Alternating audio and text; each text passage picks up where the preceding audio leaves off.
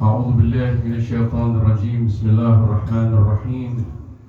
الحمد لله رب العالمين، والصلاة والسلام على أشرف الأنبياء والمرسلين، حبيبنا وحبيب إله العالمين أبي القاسم المصطفى محمد. اللهم صل على محمد وآل محمد وعلى آله الطيبين الطاهرين وأصحابه الميامين المنتجبين. السلام عليك يا أبا عبد الله وعلى الأرواح التي حلت بفنائك. عليك مني سلام الله أبدا ما بقيت وبقي الليل والنهار، ولا جعله الله آخر الأهد منا لزيارتكم. السلام على الحسين وعلى علي بن الحسين وعلى أولاد الحسين وعلى أصحاب الحسين. إخوتي وأخواتي، السلام عليكم ورحمة الله وبركاته. وعليكم السلام ورحمة الله وبركاته. وعظم الله أجورنا بمصاب أبي عبد الله الحسين، وجعلنا وإياكم من الطالبين بثاره مع وليه الإمام المهدي من آل محمد صلى الله عليه وآله.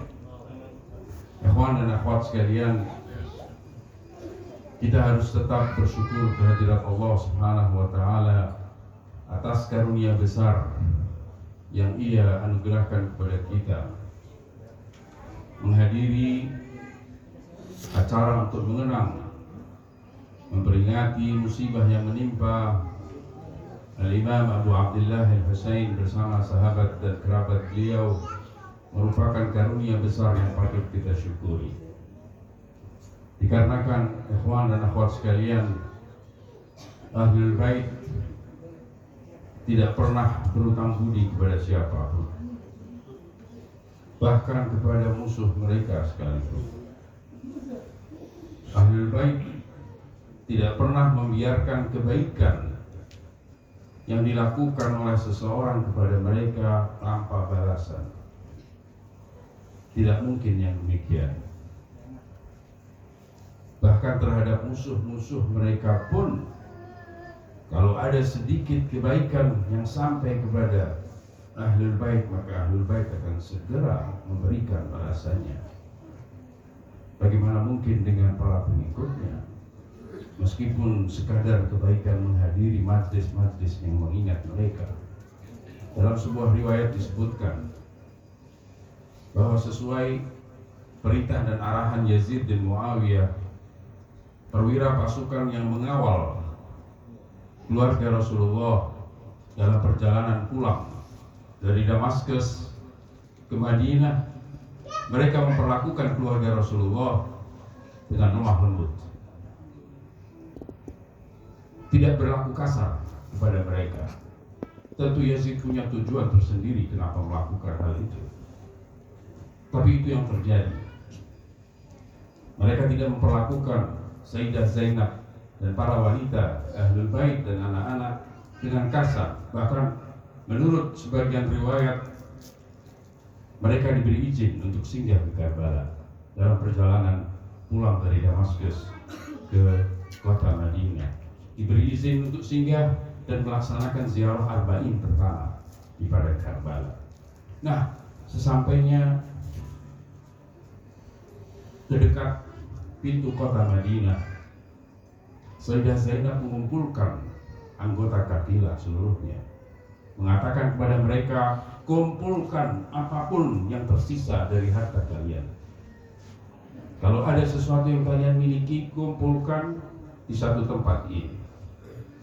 Semua menyerahkan apa yang tersisa dari harta yang dimiliki.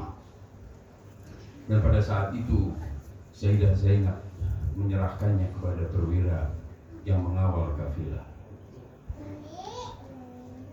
Kepada musuh pun Sayyidah Zainab dan keluarga Rasulullah tidak ingin berhutang budi. Justru sebaliknya, kebajikan, kedermawanan adalah ciri dan karakter yang lekat pada Ahlul Bait. Adatukumul ihsan wa sajiyatukumul karam. Kebajikan sudah menjadi kebiasaan kalian. wasajiyatukumul karam, dan karakter kalian adalah kedermawanan. Itulah ahlul bait. Oleh sebab itu, ikhwan dan akhwat sekalian, momentum di malam-malam Muharram dan hingga Asyura adalah momentum yang sangat tepat untuk kita gunakan untuk mengetuk pintu ahlul bait, untuk meminta sebanyak mungkin kebaikan dari Allah melalui wasilah mereka. Semakin banyak yang kita minta dari ahlul bait, dari Allah dengan wasilah ahlul bait, berarti makin kuat keyakinan kita tentang mereka, bahwa mereka adalah tambang-tambang rahmat dan kasih sayang. Dalam ziarah Jami'ah Al-Kabirah kita membaca Assalamualaikum ya ahla baitin nubuwah wa mawdhi'ar risalah wa mukhtalafal malaikah wa mukhtalafal malaikah wa mahbital wahyi wa ma'dinar rahmah. Salam ke atas kalian ahlul bait Nabi, tempat risalah dan wahyu yang turunnya wahyu ilahi. Salam ke atas kalian ma'dinur rahmah, tambang rahmat dan kasih sayang. Itulah sekali lagi kenapa kita di malam-malam seperti ini, dalam situasi hati yang khusyuk mengenang Al-Husain, coba kita gunakan untuk meminta berbagai kebaikan dari Allah dengan menyebut nama Ahlul Bait alaihissalam. Ikhwan dan akhwat sekalian, pada kesempatan malam hari ini saya ingin mengetengahkan sebuah pembahasan berkenaan dengan filosofi ujian dan kenapa ujian dari Allah Subhanahu wa taala seringkali terasa berat untuk ditanggung. Ikhwan sekalian, ujian yang ditimpakan ke atas seorang mukmin seringkali terasa sulit dan berat untuk ditanggung, dikarenakan si mukmin mungkin tidak mengetahui apa yang melatar belakangi ujian tersebut. Ia tidak tahu apa yang dibalik layar. Ia tidak tahu apa yang sebenarnya diinginkan oleh Tuhannya ketika ia menguji si mukmin, sehingga semuanya menjadi sulit, semuanya menjadi berat untuk ditanggung.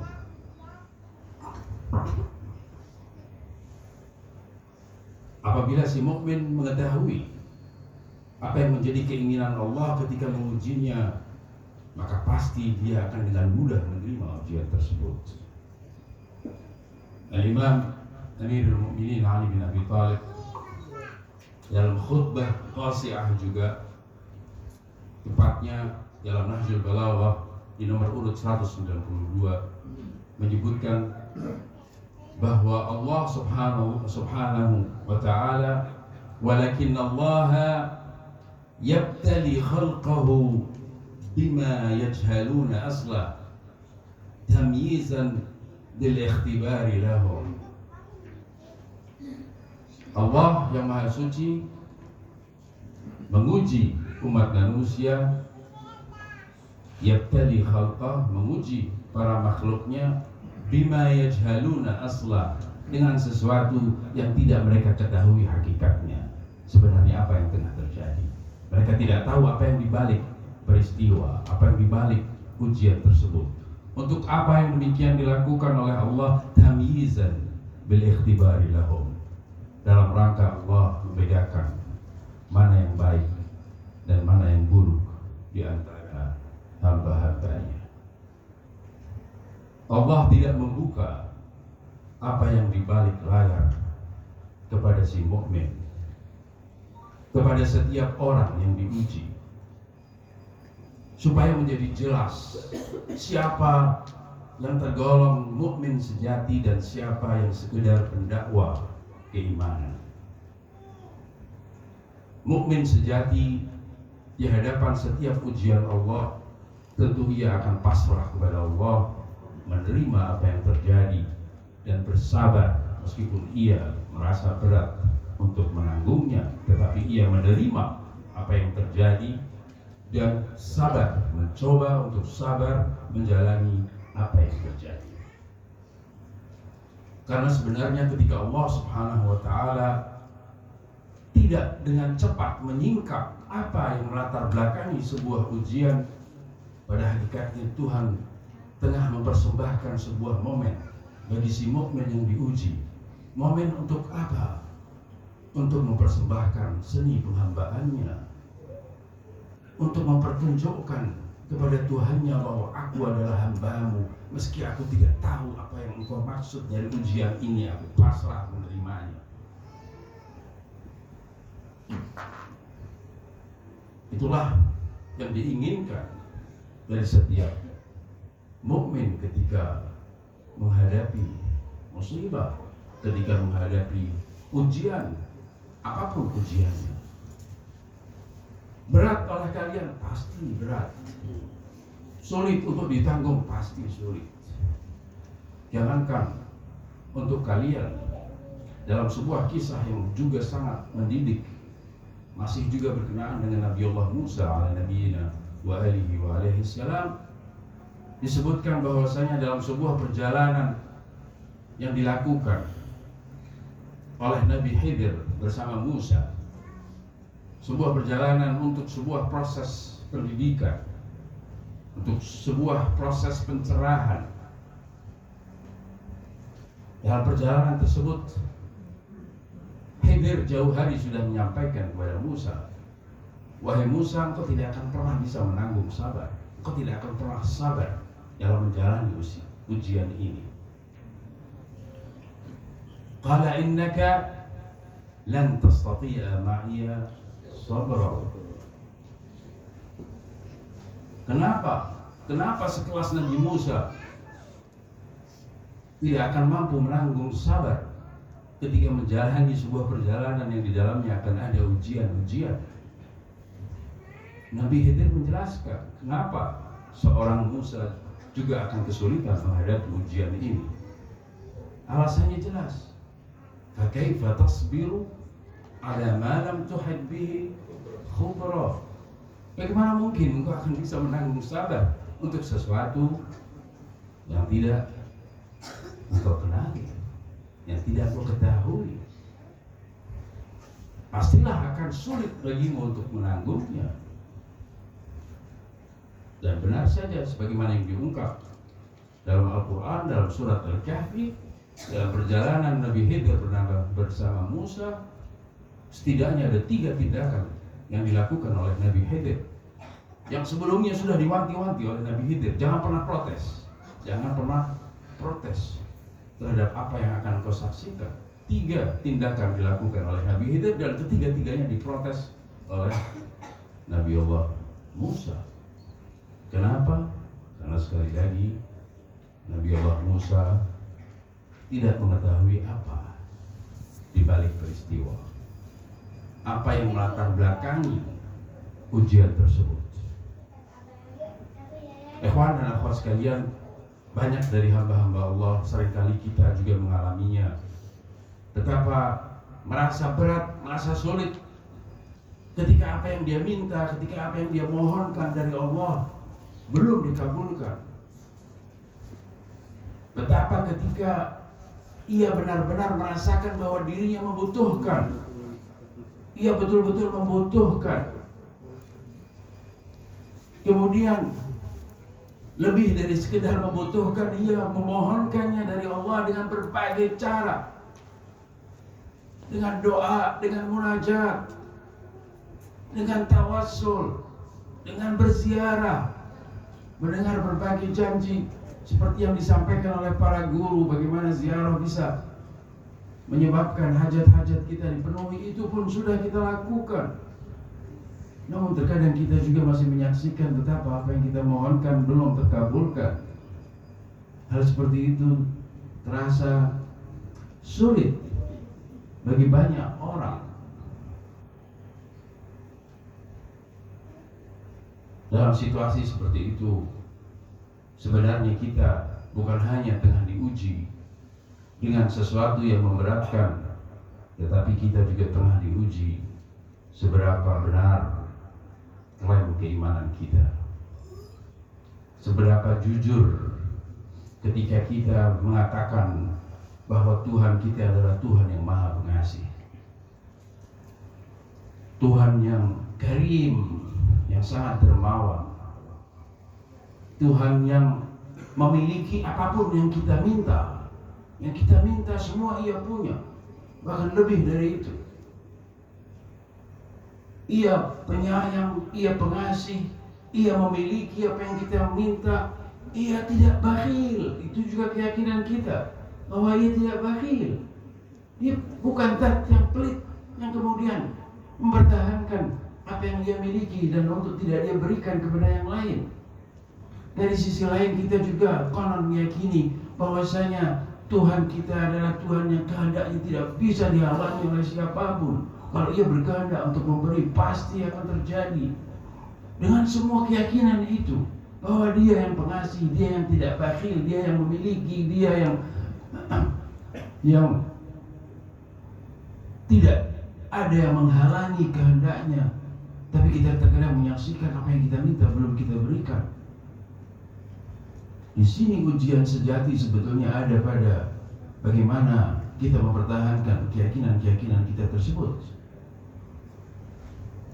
Seharusnya seorang mukmin yang meyakini bahwa Tuhannya adalah Maha Pengasih dan tidak punya halangan sedikit pun untuk memberi, namun ia melihat bahwa Tuhannya belum juga memberikan, seharusnya ia tunduk kepada fakta bahwasanya kalau ada yang tertunda, pastilah itu disebabkan oleh kasih sayangnya juga. Dia tidak pelit, dia punya apa yang kita minta, tapi belum juga memberikan. Pasti hal itu muncul dari Rahman dan Rahimnya, dari kasih sayangnya. Ada banyak hal tentu yang tidak kita ketahui, yang apabila Ia penuhi apa yang kita minta, barangkali hal itu justru menjadi sesuatu yang buruk bagi kita. Ikhwan dan akhwat sekalian, banyak kisah berkenaan dengan sahabat-sahabat para imam Ahlul Bait alaihissalam yang menjelaskan betapa sebenarnya Tuhan Maha Penyayang, Maha Pengasih terhadap hamba-hambanya, meski terkadang kasih sayang itu tidak tampak dalam bentuk sebuah pemberian, meski terkadang kasih sayang itu tampaknya dalam bentuk sesuatu yang menyulitkan, tapi sebenarnya Tuhan ingin melipat gandakan kebaikannya melalui sedikit kesulitan yang harus dihadapi oleh hambanya. Disebutkan dalam sebuah riwayat bahwasanya ada sahabat Ali bin Abi Thalib terjatuh dari kursi, terlukalah kepalanya. Ali bin Abi Thalib membantu melilitkan kain di kepala orang tersebut seraya mengatakan, segala puji bagi Allah yang membalas kesalahan Syiah kami di dunia.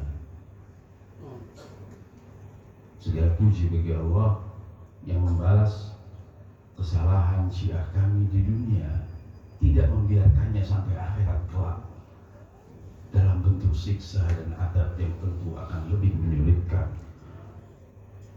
Orang tersebut bertanya kepada Imam Ali bin Abi Thalib, kesalahan apa yang aku lakukan wahai Ali sehingga aku terjatuh dan terluka kepalaku?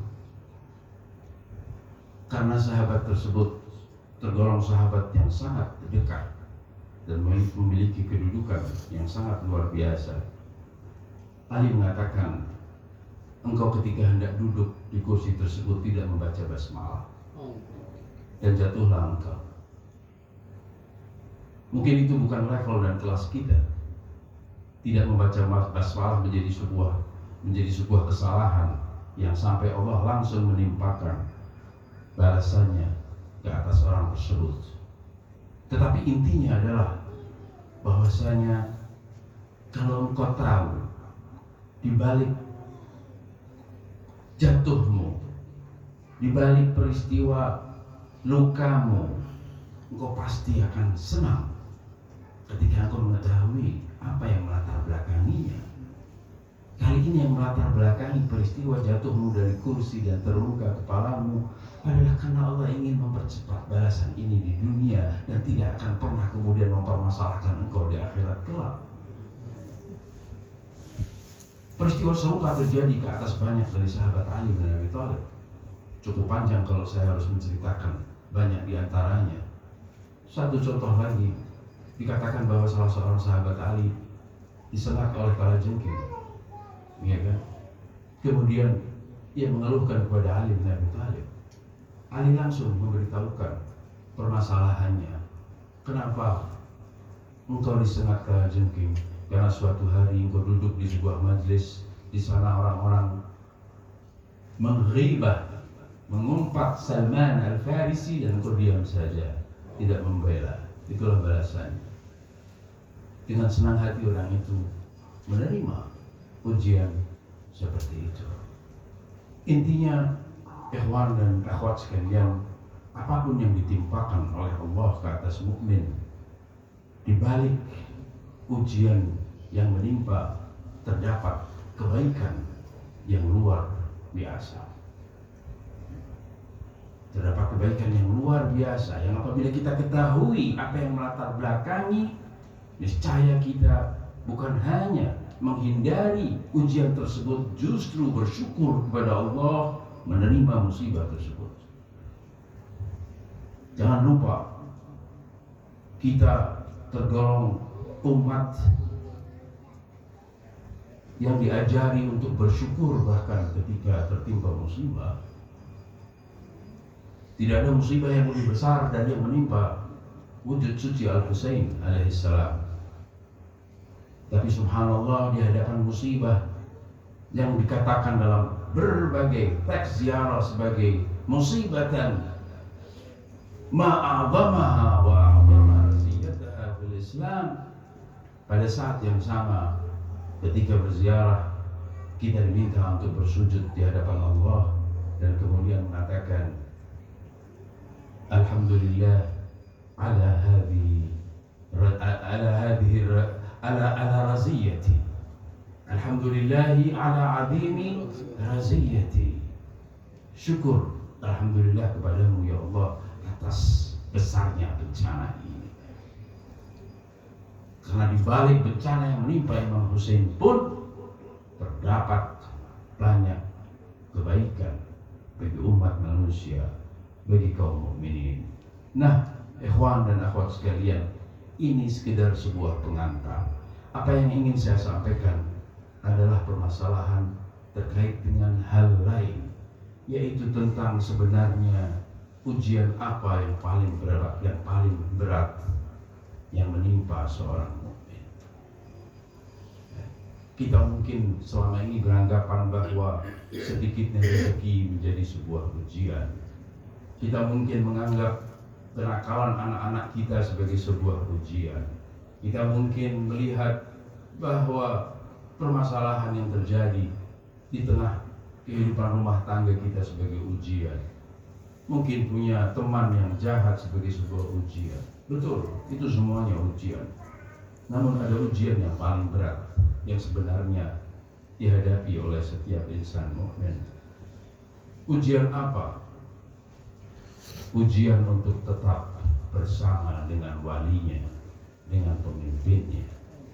Ujian untuk tetap berada di samping sang waliullah, sang pemimpin. Itulah ujian yang paling berat yang dihadapi oleh seorang mukmin. Untuk tetap konsekuen menjadi insan yang berwilayah kepada Ahlul Bait, berada di samping para imam Ahlul Bait, tetap meyakini wilayah Ahlul Bait adalah ujian yang paling berat yang dihadapi oleh setiap insan mukmin. Kenapa berat? Karena kita tahu bahwa banyak dari keinginan, tuntunan, ajaran, perintah, larangan para aulia Allah, para wali-wali Allah, para imam Ahlul Bait seringkali tidak bersesuaian dengan apa yang kita inginkan, dengan apa yang kita pikirkan.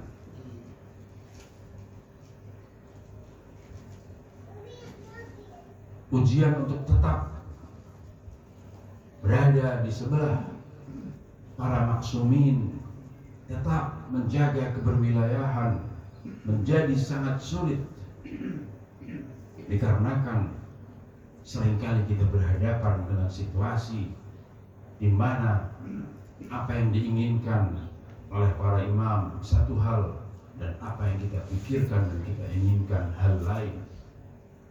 Disitulah ujian beratnya. Apakah seseorang akan tetap bertaslim kepada para imam, menerima apa yang mereka perintahkan apa adanya, meskipun terkadang belum bersesuaian dengan apa yang kita mengerti, belum sama dengan apa yang kita inginkan. Itu merupakan ujian yang sangat berat.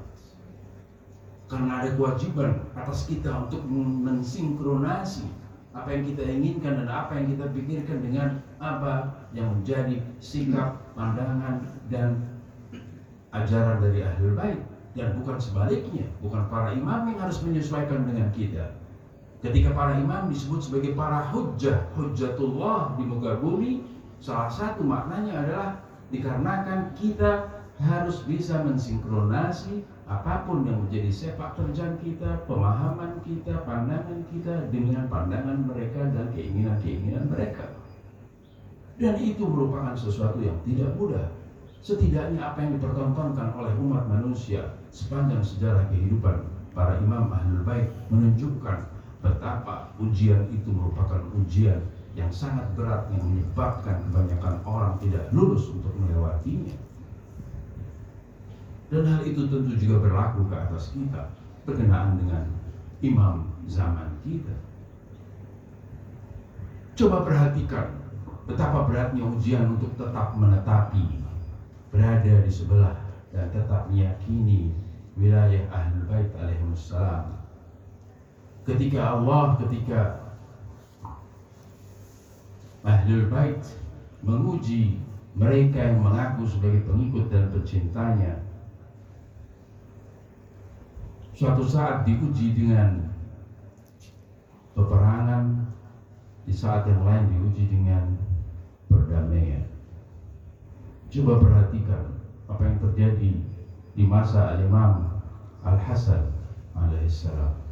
Ketika secara kasat mata orang menyaksikan betapa Imam Hasan benar-benar memiliki pengikut, ribuan bahkan puluhan ribu pasukan yang dimiliki oleh Imam Hasan, memiliki pasukan, memiliki semua perlengkapan, memiliki semua persyaratan untuk melakukan sebuah gerakan perlawanan pada saat itu. Setidaknya dalam rangka mempertahankan khilafah beliau yang sudah diterima oleh sebagian besar umat Islam pada saat itu. Ketika para pengikut Imam Hasan menyaksikan secara real Imam Hasan memiliki semua apa yang dipersyaratkan untuk melakukan sebuah peperangan melawan mereka yang memberontak khilafahnya, tapi perintahnya justru sebaliknya. Imam Hasan meminta mereka untuk menerima sebuah perdamaian. Tidak mudah ketika orang mencoba untuk menganalisis sendiri, ketika seseorang untuk mengedepankan apa yang menjadi pembacaannya terhadap situasi. Menurut dia situasinya sangat mungkin kita melakukan sebuah perlawanan, bahkan sebuah pertempuran. Kita memiliki personil yang dibutuhkan, kita memiliki semua perlengkapan yang dibutuhkan. Kenapa tidak dilawan? Kenapa tidak melakukan sebuah peperangan di saat kita memiliki semuanya? Yang terjadi justru sebaliknya. Imam Hasan meminta semua untuk menerima perdamaian yang ia lakukan dengan Muawiyah.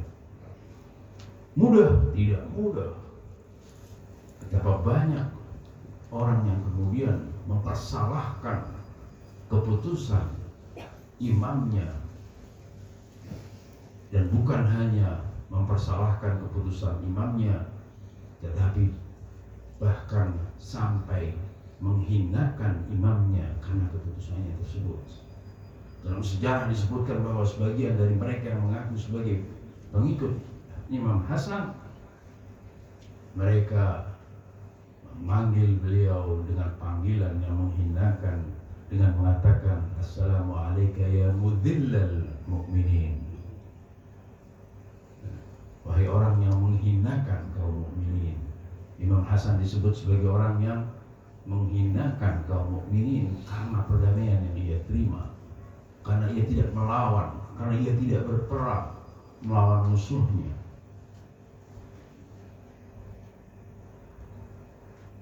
Itu yang terjadi, kawan sekalian. Mereka punya pandangan mereka sendiri, mereka punya pembacaan mereka sendiri terhadap situasi, mereka punya kesimpulan sendiri.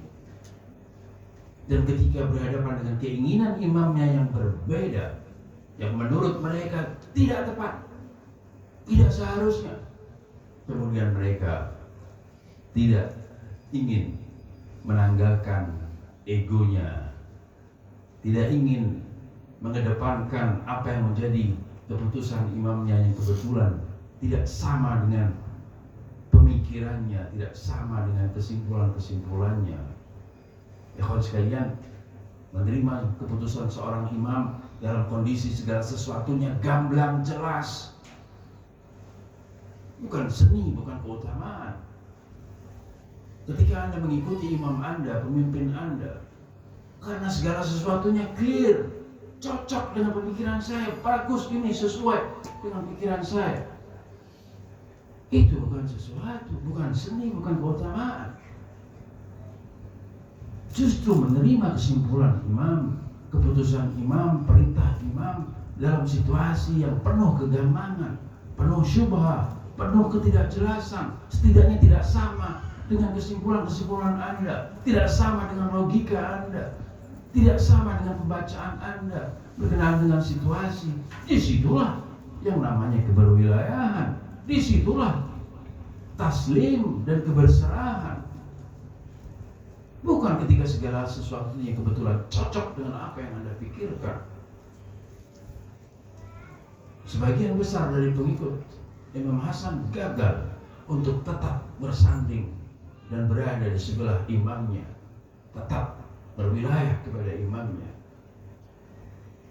Bukan orang-orang yang ingin hidup senang, justru mereka yang ingin berperang, merasa ingin berkorban dengan dirinya. Mereka ingin berperang, ingin mati. Di saat imamnya mengatakan tidak, damai, ia tetap mendahulukan apa yang menjadi keinginan dan pemahamannya. Beberapa tahun kemudian, dalam situasi yang sepenuhnya berbalik, kalau Imam Hasan memiliki banyak pasukan, memiliki banyak perlengkapan, setidaknya Baitul Mal sebagiannya saat itu kembali kepada beliau.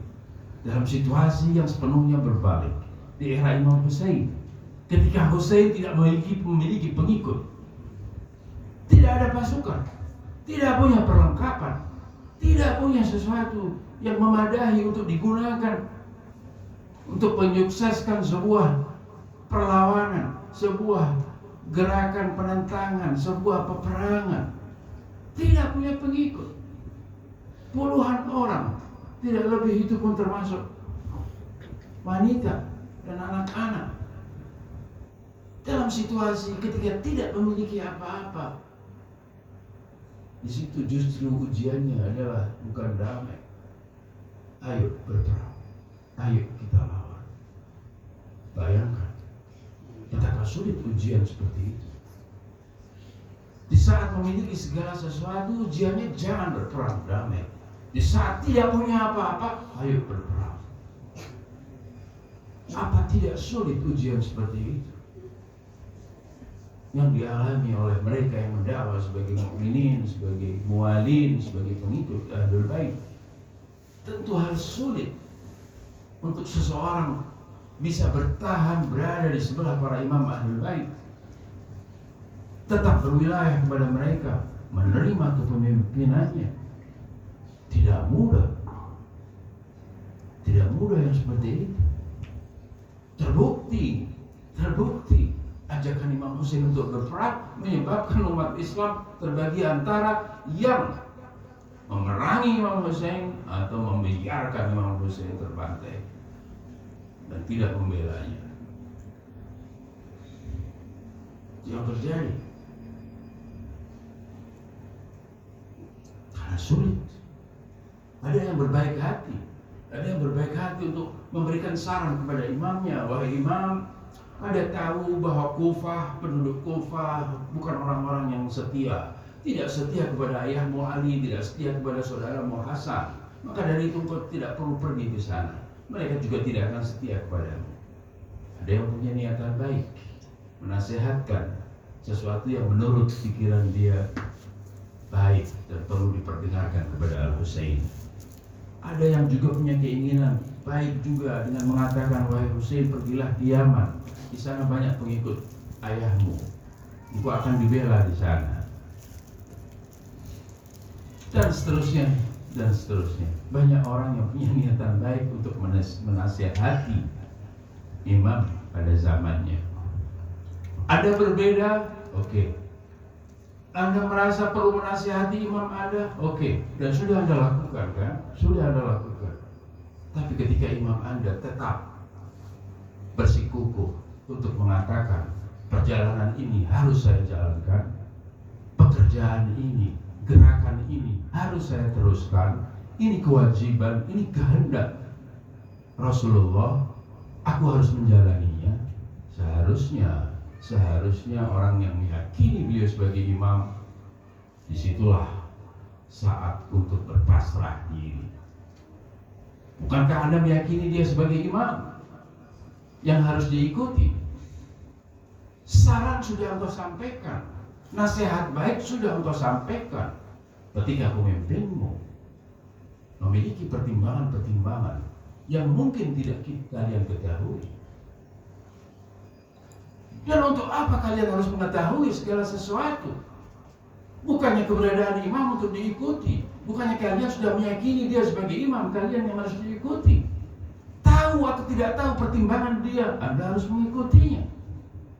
Tapi bukan itu yang terjadi, ikhwan dan akhwat sekalian. Yang terjadi sesuatu yang sangat memprihatinkan, yang kita harus tangisi berpuluh-puluh abad. Ketika umat Islam menelantarkan beliau, termasuk mereka yang mengaku sebagai pengikut beliau. Setidaknya pada awalnya mereka ketika mengundang Imam Husain untuk dijadikan sebagai imam, dia adalah termasuk Syiah Ahlul Bait. Tapi dengan mudah menelantarkan imamnya.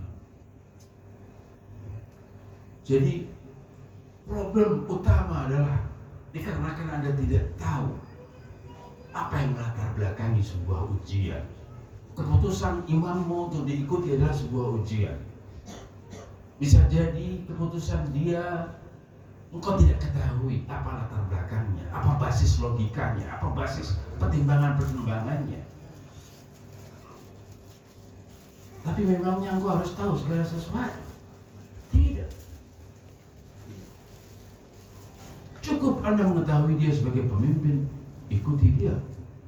Terkadang sesuai dengan pertimbangan, terkadang tidak sesuai dengan pertimbangan. Itu kalau orang ingin berhasil menetapi keberwilayahan kepada Ahlul Bait. tapi faktanya banyak yang gagal. Itulah kenapa saya katakan ujian terbesar adalah ujian menetapi keberwilayahan kepada Ahlul Bait, untuk tetap bersama Ahlul Bait dalam semua situasi. Dan jangan lupa, hal seperti itu juga terjadi ke atas kita. Dalam situasi sulit, dalam situasi penuh kegamangan, terkadang seseorang mengambil posisi aman. Udahlah, sampai di sini saja urusan kesyiahan dan urusan keberwilayahan. Sedang menyulitkan permasalahannya. Tidak semudah itu. Artinya ikhwan dan akhwat sekalian, yang bisa mengikuti dan menetapi untuk tetap mengikuti Ahlul Bait adalah orang yang mampu menanggalkan egonya. Orang yang bisa berpasrah diri kepada imamnya. Imam yang mengedepankan keinginan imamnya dalam situasi apapun, sesuai atau tidak sesuai dengan pikiran dia. Karena justru itu letak ujiannya. Ada kisah yang sangat menarik yang membuktikan bahwasanya pasrah kepada keinginan, kepada perintah dan larangan dari imam Ahlul Bait, apakah sesuatu yang mungkin untuk dijalani? Apakah memang bisa orang setia apa adanya? Bisa, ikhwan sekalian, dan banyak contohnya. Ada kisah di zaman Imam Muhammad Al-Baqir alaihissalam berkenaan dengan salah seorang sahabat beliau, sahabat Imam Baqir dan juga sahabat Imam Ja'far As-Shadiq, orang yang merupakan perawi ribuan hadis dari kedua imam ini, bernama Jabir Al-Ju'fi. Jabir Al-Ju'fi hidup di zaman Imam Muhammad Al-Baqir dan hidup di zaman Imam Ja'far As-Shadiq, dan meriwayatkan ribuan hadis dari kedua imam tersebut. Jabir Al-Ju'fi adalah pemuka agama di kota Kufah, dikenali sebagai pemuka agama yang sangat terhormat. Semua orang kenal dia, semua orang menghormatinya. Coba perhatikan apa yang terjadi dan betapa di sana terletak pelajaran yang sangat agung. Ya. Datang sebuah surat dari Imam Ja'far, dari Imam Muhammad Al-Baqir alaihissalam kepada Jabir Al-Ju'fi. Isi perintahnya adalah, wahai Jabir, sejak hari ini bermain-mainlah bersama anak-anak di gang-gang dan di kampung-kampung Kufah. Bermain bersama mereka mainan kuda-kudaan. Perintah kepada seorang pemuka agama, sebut saja kalau di zaman sekarang seperti marja, yang disegani, yang dihormati, dapat sebuah perintah dari imamnya, dari sekarang main bersama anak-anak di gang-gang dan di kampung-kampung Kufah, main kuda-kudaan bersama anak-anak. Bayangkan betapa perintah yang amat sangat menyulitkan bagi sosok seperti Jabir Al-Ju'fi. Namun ikhwan dan akhwat sekalian, ada orang yang bisa setia kepada imamnya, ada. Di saat ia tidak tahu apa yang dimaksud oleh imamnya, di saat ia tidak tahu apa yang melatar belakangi perintah tersebut, di saat ia paham bahwasanya hal ini akan mencitrakan dia seperti orang gila, layaknya orang yang kehilangan akalnya, layaknya orang yang tidak waras. Dan betul saja, surat itu ia cium, ia letakkan di atas kedua matanya, dan dari saat itu dia keluar ke gang-gang dan kampung-kampung Kufah, mengajak mengajak anak-anak untuk bermain kuda-kudaan. Dan itu terjadi beberapa hari. Orang semua sudah mulai berkata-kata bahwa Jabir Al-Ju'fi sudah kehilangan akalnya, sudah tidak lagi waras. Ia lakukan itu. Dan kemudian tidak lama kemudian terbongkar apa yang menjadi alasan Imam Muhammad Al-Baqir menyampaikan perintah yang amat sangat sulit untuk bisa dilakukan. Beberapa hari kemudian Khalifah berkirim kepada gubernur khalifah di Kufah pada saat itu, memerintahkan gubernur untuk melakukan satu dari dua hal.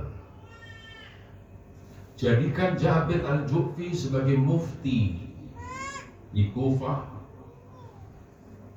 atau penggal lehernya.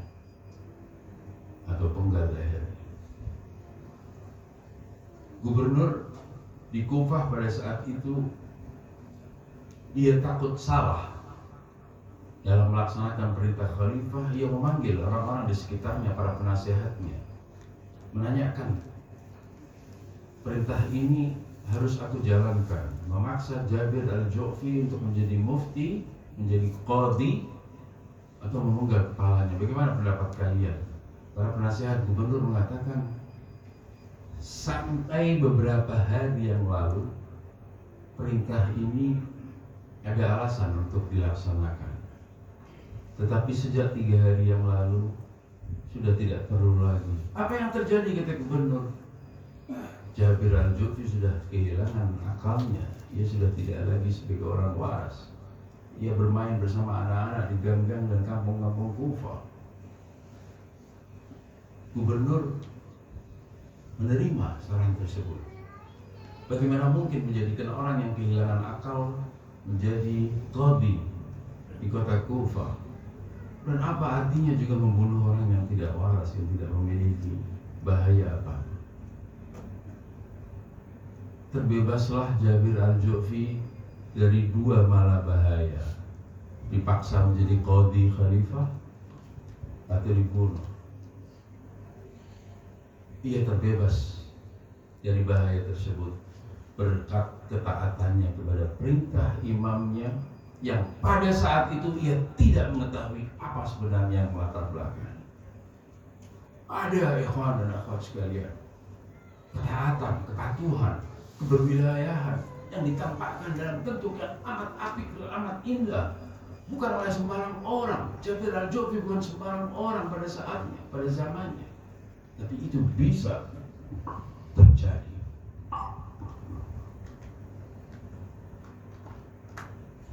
Itulah ikhwan dan akhwat sekalian, kenapa sekali lagi menetapi keberwilayahan menjadi sesuatu yang sulit, yang tidak mudah.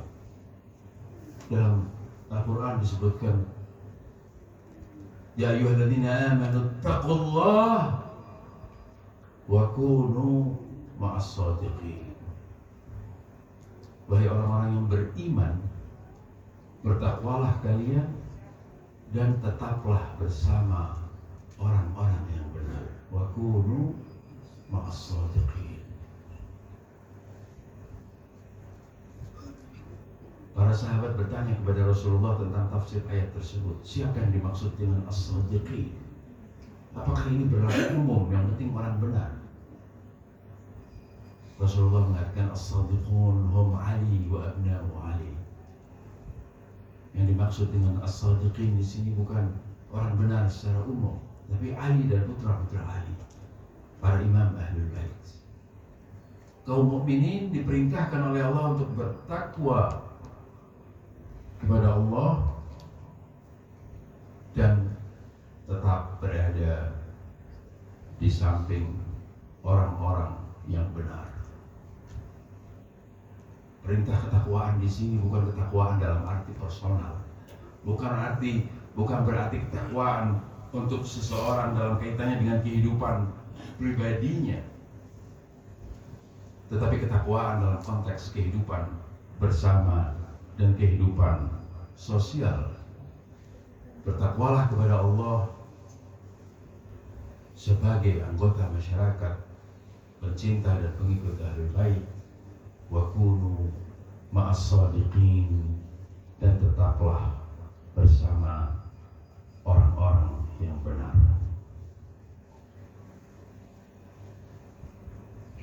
Ikhwan dan akhwat sekalian,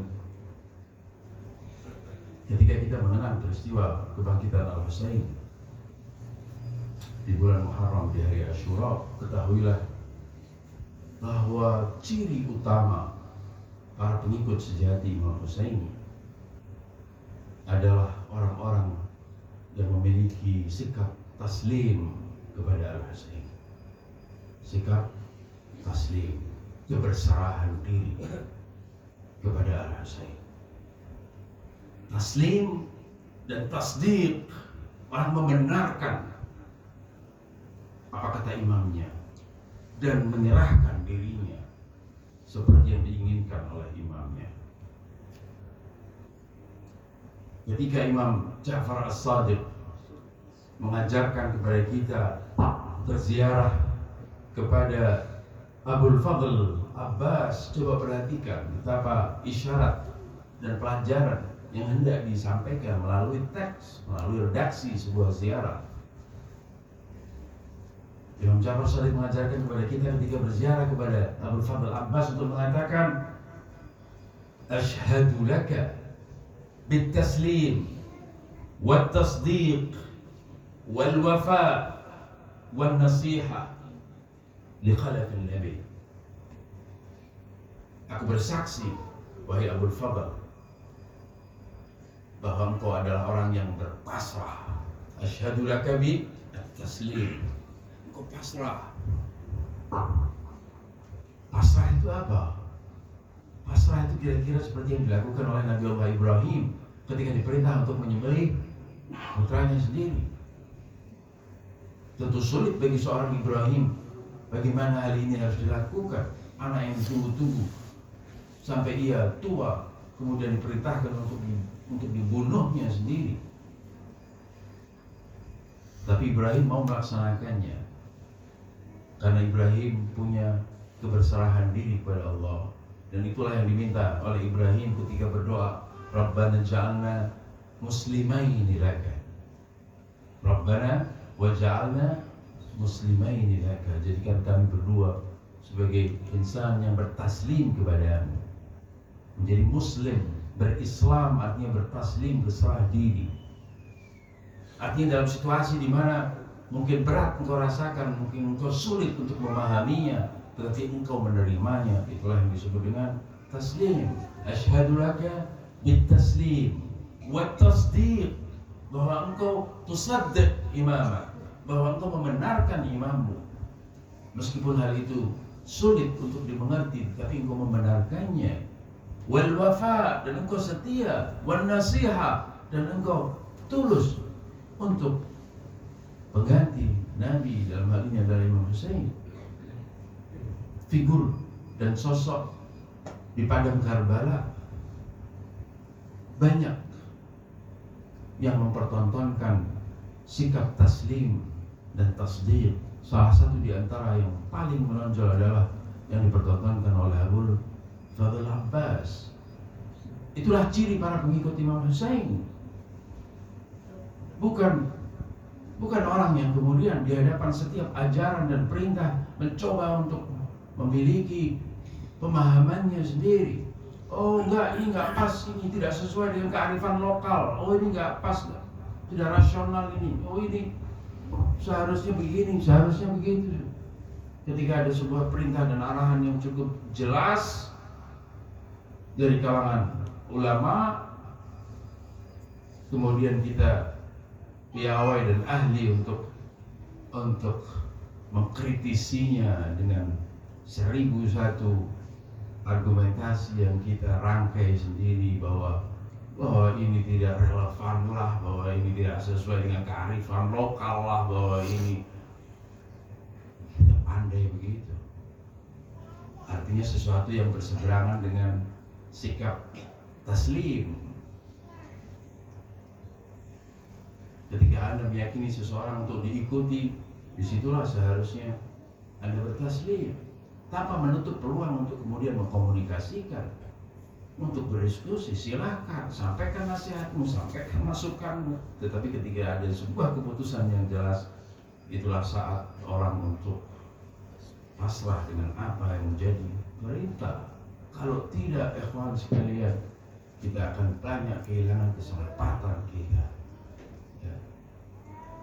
Dalam cerita kebangkitan Imam Husain, Selain ada cerita-cerita yang menggambarkan betapa para pengikut setia Imam Hussein adalah orang-orang yang memiliki ciri sebagai orang-orang yang bertaslim dan bertasdik, tapi kita juga menemukan ada sosok-sosok yang gagal untuk bersama Imam Hussein dikarenakan mereka mempermasalahkan, dikarenakan mereka terikat dengan hal-hal yang lain.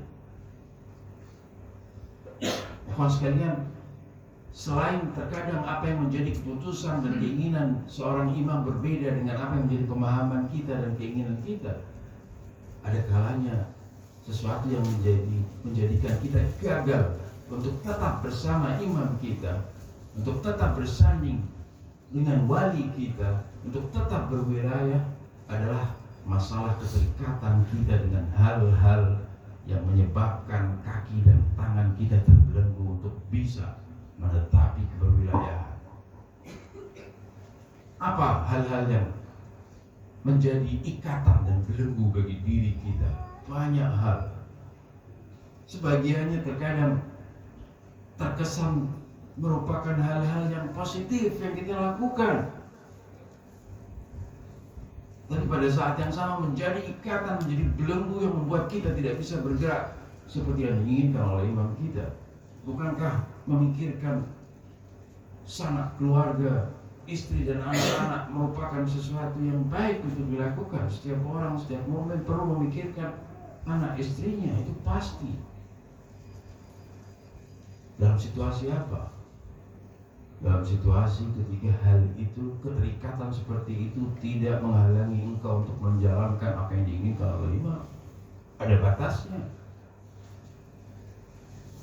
Apalagi keterikatan dalam arti hawa nafsu, keinginan yang di luar kehendak Allah, itu jelas bisa menghalangi kita untuk bisa patuh dan tetap bersama wali kita, bersama pemimpin kita. Hal-hal yang positif pun, ikhwan sekalian, terkadang bisa berubah menjadi ikatan yang membelenggu diri kita untuk bisa menetapi keberwilayahan dan tetap patuh kepada pemimpin. Dalam cerita Karbala terdapat episode-episode yang mengungkap hal seperti ini. Baru kalian pernah dengar ada salah seorang sahabat Imam Ali bin Abi Thalib, bahkan yang hidup sampai masa Imam Hussein, bernama Tirimah. Sahabat Ali ini ketika Imam Hussein berjalan dari Mekah menuju ke arah kota Kufah, tersisa beberapa jarak menuju kota Kufah, muncullah seorang Tirimah yang baru saja meninggalkan kota Kufah.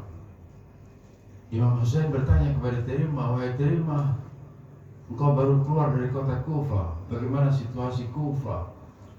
Tirimah mengatakan, "Kufah seperti kawasan militer, tidak ada yang keluar dan masuk kecuali diperiksa dengan sangat ketat oleh pasukan Ibn Ziyad." Imam Hussein berterima kasih atas informasi tersebut. Kemudian Tirimah bertanya kepada Imam Hussein, "Engkau tengah menuju kemana, wahai Hussein?" Imam Hussein mengatakan menuju Kufah. Tirimah heran, menuju Kufah?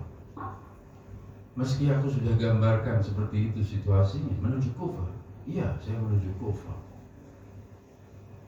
Dan ikutlah bersama kami, kata Imam Hussein. Tirimah orang baik yang ikut Ali bin Abi Thalib. Ia hanya minta satu hal kepada Imam Hussein. Ia menerima ajakan tersebut. Ia mengatakan, "Wahai putra Rasulullah, aku baru saja belanja dari kota Kufah. Tirimah tinggal di kawasan di Yaman sana. Aku baru saja belanja logistik dari kota Kufah. Izinkan saya untuk mengantarkan logistik ini ke keluargaku." Indah bukan? Logis bukan? Normal bukan keinginan seperti itu? Memikirkan keluarga, memikirkan keluarga. Logistik sudah terlanjur saya beli, izinkan saya mengantarkannya ke keluarga. Keluarganya di Yaman sana. Imam Husain mengatakan silahkan, tapi jangan sampai terlambat wahai terima. Jangan sampai terlambat. Berangkat dia berkendara kuda melaju ke arah Yaman untuk menyerahkan logistik yang ia beli kepada keluarganya. Dan betul saja, karena dia orang baik, dia kembali menuju ke arah Kufah. Namun sayang, segala sesuatunya sudah terlambat. Ketika ia bertemu dengan kafilah yang berjalan, menanyakan, kafilah tersebut bertanya, engkau mau kemana? Dia mengatakan, saya akan menuju ke Kufah. Dia tahu Imam Husain mau ke Kufah. Saya akan menuju ke Kufah bergabung dengan putra Rasulullah. Kafilah mengatakan, sayang wahai terima, ceritanya sudah berakhir. Kepala Husain sudah dipenggal dan sudah digiring menuju Damaskus, menuju Kufah dan kemudian ke Damaskus. Ya kawan sekalian, keterikatan dengan apa? Dengan hal yang menurut umumnya orang baik, memikirkan anak istri, menyampaikan logistik kepada anak istri. Tapi dalam situasi di mana anak dan istri Husain harus berjalan menyusuri padang Sahara dalam situasi sulit, masih ada tempatkah bagi engkau memikirkan anak dan istrimu?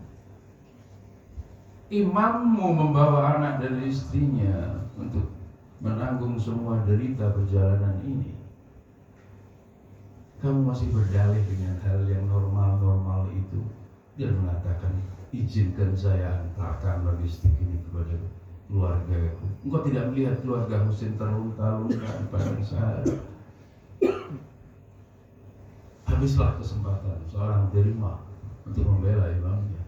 Karena apa? Karena keterikatan kecil. Keterikatan itu pun keterikatan tentang hal-hal yang dipandang baik oleh kebanyakan orang. Apalagi sekali lagi keterikatan pada hawa nafsu dan seterusnya yang akan menjerumuskan setiap orang. Ya kawan sekalian, menetapi keberwilayahan, berada di samping seorang wali, seorang pemimpin berat. Di antaranya apa? Di antaranya karena kita juga memiliki keterikatan-keterikatan yang berbeda, yang bisa menjadi belenggu kita untuk bisa berhasil berada bersama imam kita. Itu yang perlu kita waspadai.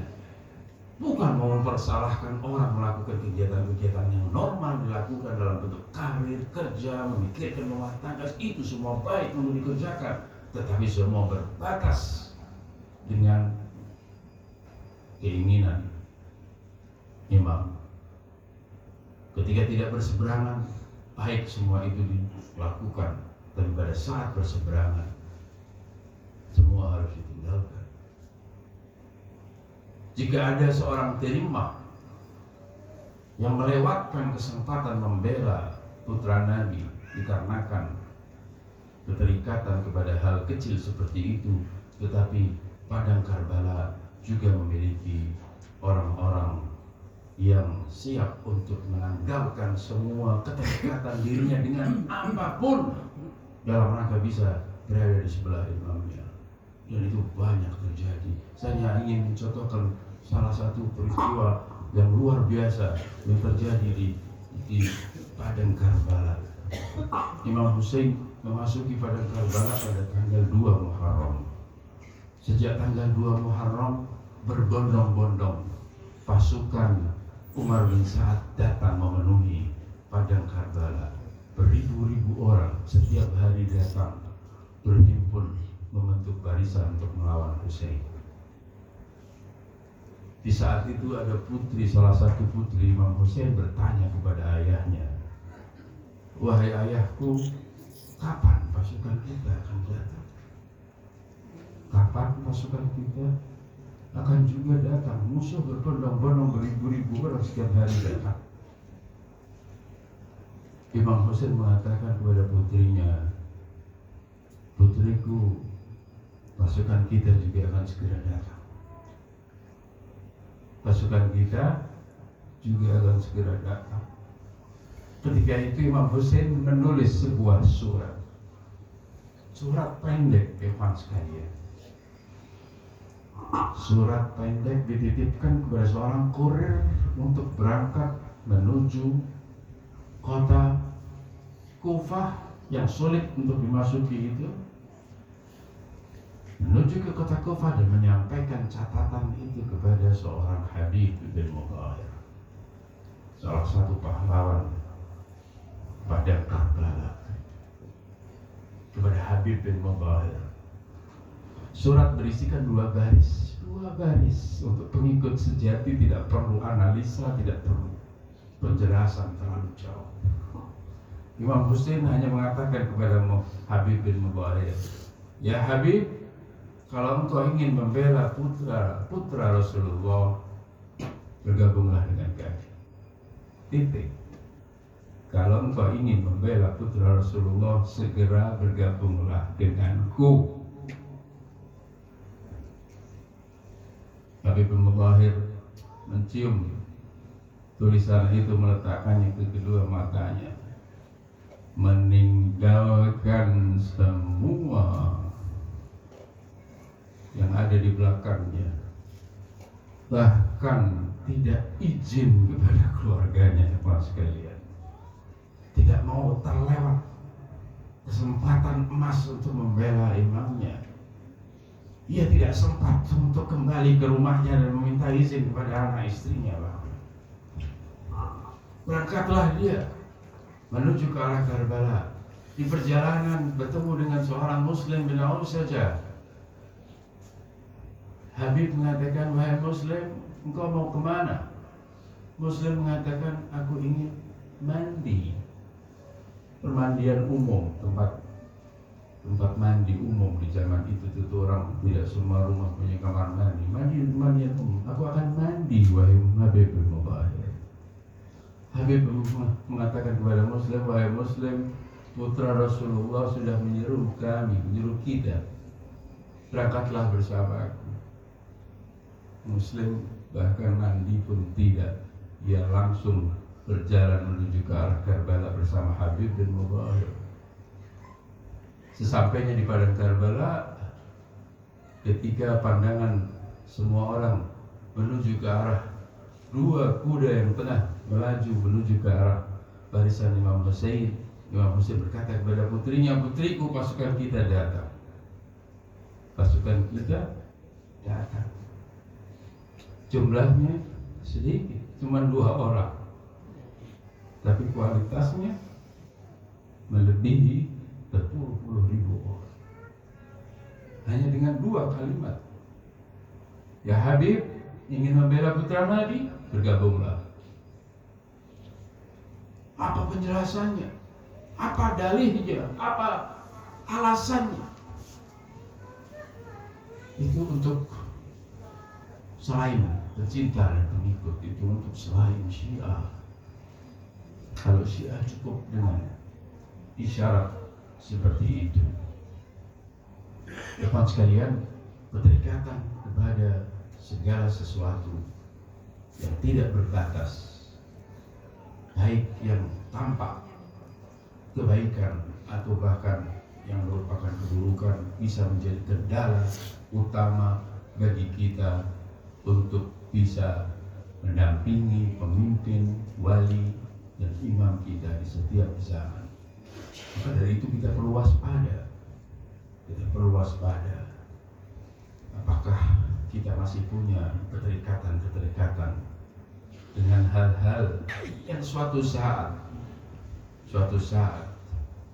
ada keinginan, ada perintah dari pemimpin, dari Imam Sahibul Asri wal Zaman, semoga kita dipertemukan dengan beliau, kita tidak terhambat oleh keinginan dan keterikatan tersebut.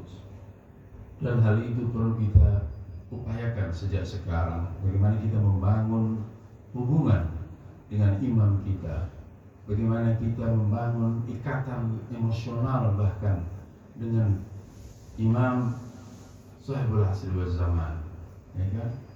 Dalam banyak riwayat disebutkan Imam Mahdi tidak pernah melupakan para pengikutnya, tidak pernah sehari pun beliau lupa para pengikut dan pencintanya. Setiap hari beliau menengadahkan tangannya untuk mendoakan para pengikutnya, menyebut mereka, memintakan kebaikan dari Allah untuk mereka. Namun pertanyaannya, sudahkah kita juga mengingat beliau? Sudahkah kita bahkan setidaknya di hari Jumat yang dikaitkan dengan Sahibul Asri wal Zaman membaca salam dan ziarah kepadanya dalam rangka mengingatnya dalam rangka mendoakannya, dalam rangka memohon dari Allah untuk menyegerakan kehadirannya. Hal-hal seperti itulah yang bisa menyelamatkan kita di saat ada panggilan, di saat ada sebuah kewajiban, kita bisa menyahutinya tanpa harus terkendala dengan ikatan-ikatan kita dengan hal-hal yang lain. Semoga apa yang menjadi ikhtiar kita untuk mengenang para imam Ahlul Bait, khususnya mengenang Abu Abdullah Al-Husain, mampu menciptakan hubungan yang lebih erat antara kita dengan para imam kita, khususnya dengan Sahibul Asri wal Zaman, sehingga kita digolongkan sebagai orang-orang yang bisa menetapi orang-orang yang benar hingga akhir hayat kita. Wassallallahu ala Muhammadin wa alihi tahirin. Wassalamualaikum warahmatullahi wabarakatuh. Waalaikumsalam warahmatullahi wabarakatuh.